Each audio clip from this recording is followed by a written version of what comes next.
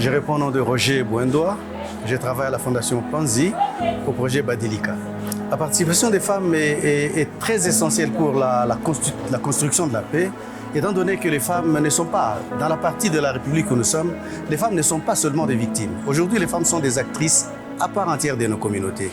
Il y a beaucoup de choses que les femmes font qui font que nous devons en effet, ne fût-ce que dire chapeau bas. Les femmes travaillent pour la construction de la résilience. Elles font le petit commerce, elles se battent pour la survie des enfants, elles investissent dans le durable, leurs enfants sont envoyés à l'école, elles travaillent pour avoir de l'argent, pas pour elles, mais pour envoyer les enfants à avoir le soin qu'il faut.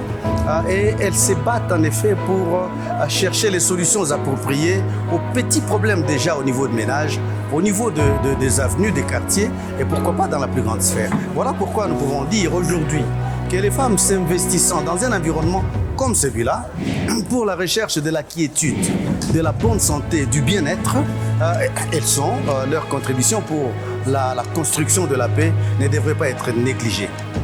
Le plus grand message, c'est d'abord la reconnaissance. La communauté devrait ensemble reconnaître que la femme œuvre beaucoup pour le retour de la paix.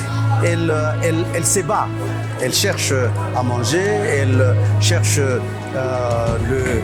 l'endroit où les enfants peuvent s'abriter, elles se battent pour l'éducation, elles font déjà beaucoup et la communauté devrait d'abord reconnaître cela, lutter contre ce que j'ai dit, là où chacun peut, se battre pour que les normes toxiques tombent, reconnaître que la femme est une citoyenne comme l'homme et a le droit d'être visible, c'est-à-dire participer dans les instances où les décisions se prennent. Parce qu'elle a déjà montré au niveau de la famille, dans les résolutions de petits conflits, mais dans les résolutions de grands problèmes, elle n'est pas visible. Et c'est là en effet que le plaidoyer devrait être, le monde doit se mettre ensemble, nous tous nous devons nous battre pour que l'expérience qu'elle a déjà a boosté le développement dans sa propre famille, dans sa petite communauté, soit un développement à plus grand spectre.